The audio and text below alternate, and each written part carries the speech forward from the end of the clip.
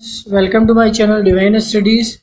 Today we are going to discuss lecture number 7 of projectile motion, and today's topic is projectile motion from moving object. So friends, अगर आपने last 6 lectures की videos नहीं देखे हैं तो आप मेरे channel Divine Studies पे जाके देख सकते हैं, जिनका लिंक मैंने डिस्क्रिप्शन में दे दिया है, और इस वीडियो के नोट्स का लिंक भी मैंने डिस्क्रिप्शन में दे दिया है। फ्रेंड्स, मेरे चैनल को लाइक और सब्सक्राइब करना ना भूलें और कमेंट करके ज़रूर बताएं कि आपको लेक्चर्स कैसे लग रहे हैं। सो फ्रेंड्स, चलिए स्टार्ट करते हैं lecture number 7। So friends, in this lecture we are going to discuss projectile from a moving body. दोस्तों, इससे पहले जो प्रीवियस लेक्चर्स थे उनमें हमने डिस्कस किया projection from ground and projection from A height. अभी हम डिस्कस करने जा रहे हैं कि जहाँ से हम प्रोजेक्टाइल को प्रोजेक्ट कर रहे हैं, अगर वो फ्रेम मूव कर रहा हो या फिर जिस बॉडी के ऊपर हम खड़े हैं, जैसे मान लीजिए कोई ट्रॉली हो, तो वो भी अगर कुछ इनिशियल वेलोसिटी से मूव कर रही है, अब उसके मूव करने के डिफरेंट वेज हो सकते हैं, एंड उसी के ऊपर डिपेंडेंट हमने अलग अलग केसेस लिए हैं, and one by one we will discuss all the cases. सबसे पहले जो इनका जनरल या कॉमन डेटा है वो पहले हम डिस्कस कर लेते हैं, और वो है that if a projectile is projected with velocity u with respect to moving trolley then so friends, जैसा कि आप इस डायग्राम में देख सकते हैं, ट्रॉली जो है वो v वेलोसिटी कांस्टेंट वेलोसिटी से मूव कर रही है x डायरेक्शन के अलोंग, और जो वेलोसिटी ऑफ प्रोजेक्शन है प्रोजेक्टाइल का u that is given with respect to trolley. वो ग्राउंड के रेस्पेक्ट में गिवन नहीं है, वो विद रेस्पेक्ट टू ट्रॉली है u, तो उसको ग्राउंड के रेस्पेक्ट में भी हम फाइंड आउट कर सकते हैं। देखिए कैसे। तो सबसे पहले अगर बात करें velocity of projectile with respect to trolley VPT, that will be equal to VP minus VT. तो ये आप जानते होंगे रिलेटिव वेलोसिटीज को इस तरीके से हम लिख सकते हैं, that VP minus VT.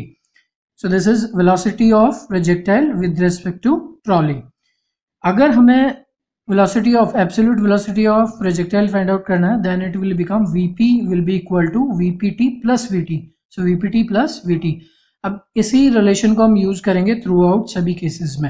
Okay friends, now let us start with the case 1। So first case में सबसे पहले हम बात करते हैं विद रेस्पेक्ट टू ग्राउंड, और फिर हम बात करेंगे विद रेस्पेक्ट टू ट्रॉली। तो देखिए दोस्तों, विद रेस्पेक्ट टू ग्राउंड अगर हम बात करें तो देखिए वेलोसिटी ऑफ ट्रॉली जो है वो एक्स डायरेक्शन में v है। अभी जो वेलोसिटी ऑफ प्रोजेक्टाइल है, initial velocity of projectile u, इसके दो कंपोनेंट हो सकते हैं विद रेस्पेक्ट टू ट्रॉली।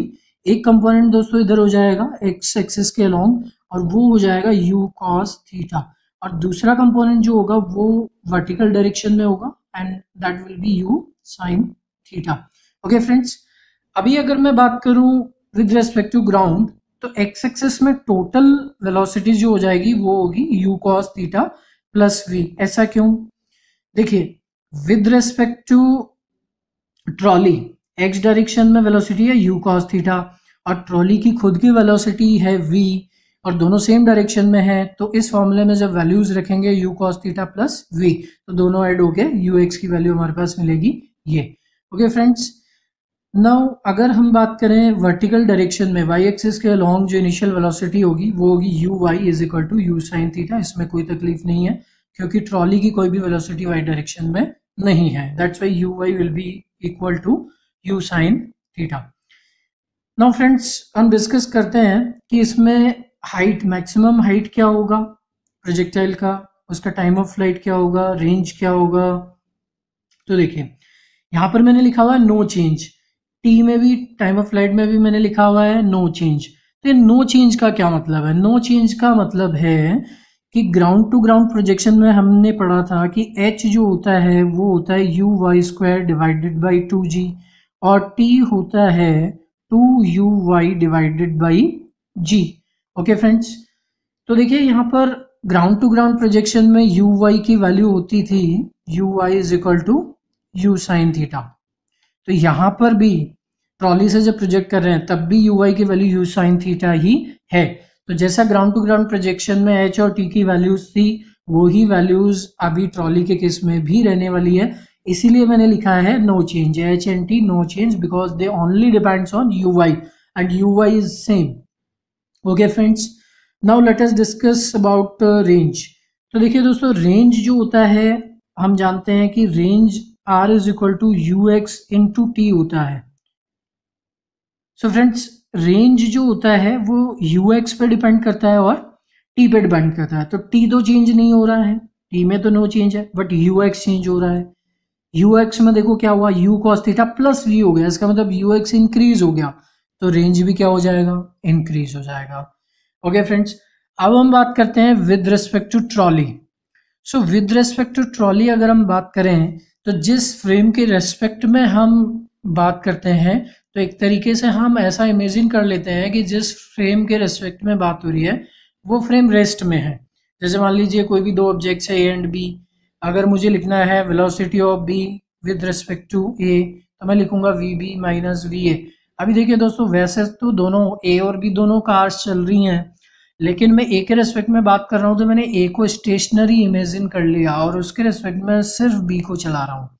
तो इससे क्या होता है कि दो ऑब्जेक्ट्स के मोशन के बजाय हमें एक ही मोशन को एनालिसिस करना पड़ता है और हमारा काम हो जाता है।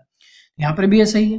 विद रेस्पेक्ट टू ट्रॉली अगर मैं बात करूंगा तो ट्रॉली को मैंने बना दिया स्टेशनरी, ठीक है दोस्तों, और with respect to trolley u x जो है वो u cos theta and u y है यू साइन थीटा, तो ये ऐसे ही रहने वाले हैं।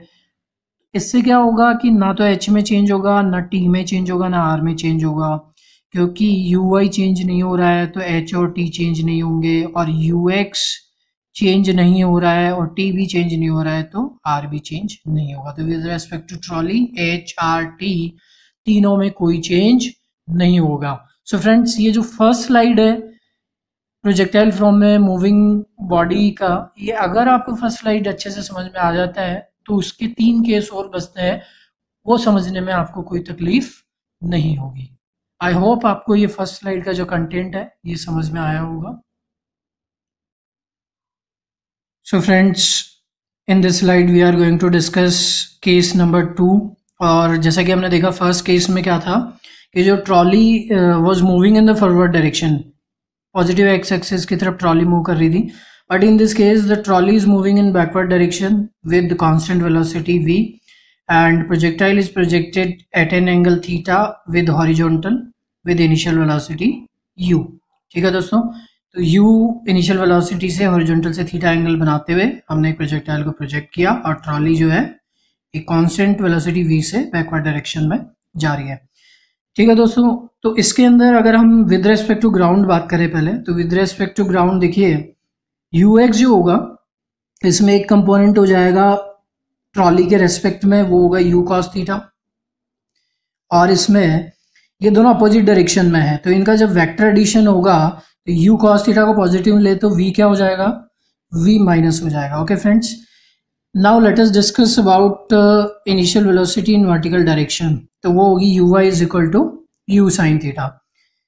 अगर हम बात करें एस टी और आर की, तो देखिए फ्रेंड्स यू वाई अभी भी यू साइन थीटा ही है, इसमें कोई चेंज नहीं आया है। तो जैसा कि हमने प्रीवियस स्लाइड में डिस्कस किया था, एच और टी में कोई चेंज आने वाला नहीं है क्योंकि ये यू वाई पे डिपेंड करते हैं एच और T. Now let us discuss about range. तो देखिए दोस्तों, रेंज जो होता है, फिर से मैं बता दूं, रेंज जो है वो डिपेंड करता है यू एक्स इंटू टी, यानी दो वेरिएबल्स पे डिपेंड करता है यू एक्स और टी। तो टी में तो कोई चेंज नहीं है, लेकिन यू एक्स में चेंज हुआ, u x u cos theta से कम हो गया, क्योंकि u cos theta minus v है तो कम हो गया, तो रेंज भी क्या हो जाएगा, कम हो जाएगा। ओके फ्रेंड्स, अभी हम डिस्कस कर रहे हैं विद रेस्पेक्ट टू ट्रॉली। तो ट्रॉली के केस में जब डिस्कस करेंगे तो इसका मतलब ट्रॉली को मैंने इमेजिन कर लिया स्टेशनरी, और already U cos theta and U sine theta जो होते हैं वो velocities with respect to trolley ही होते हैं। तो यू एक्स हो जाएगा U cos theta, U Y हो जाएगा यू साइन थीटा। तो इससे ना एच में चेंज आएगा, ना टी में चेंज आएगा, ना आर में चेंज आएगा। और दोस्तों ये आप अच्छे से समझ लीजिए, सभी 4 केसेस में s t r with respect to trolley कोई चेंज नहीं आएगा, सेम रहेगा सब में। चेंज होगा सिर्फ वो इस पार्ट में चेंज होगा जो हम विद रेस्पेक्ट टू ग्राउंड बात कर रहे हैं। Okay friends, now move to case 3। Case 3 में क्या है कि अभी ट्रॉली अपवर्ड डायरेक्शन में with constant velocity v move कर रही है। ठीक है दोस्तों, तो इसमें यू एक्स की वैल्यू जो होगी वो तो यू कॉस थीटा होगी। ठीक है, क्योंकि ट्रॉली का कोई भी मोशन एक्स एक्सिस के अलोंग नहीं है, तो you x is equal to u cos theta हो जाएगा।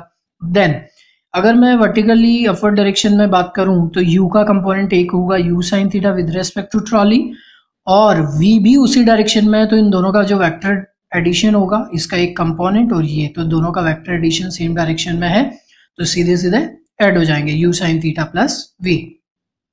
ओके फ्रेंड्स, अभी अगर हम यहाँ पर बात करें h और t की, तो हमें पता है h और t डिपेंड करते हैं ui पे, और ui तो चेंज हो चुका है। कैसे चेंज हो चुका है?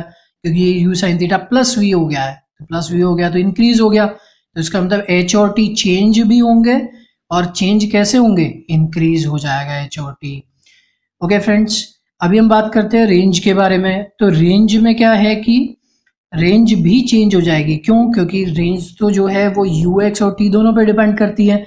अब यहाँ पे ux तो चेंज नहीं हो रहा, ux तो वही है u cos theta, but t change हो रहा है यहाँ पर। और कैसे चेंज हो रहा है? इंक्रीज हो रहा है।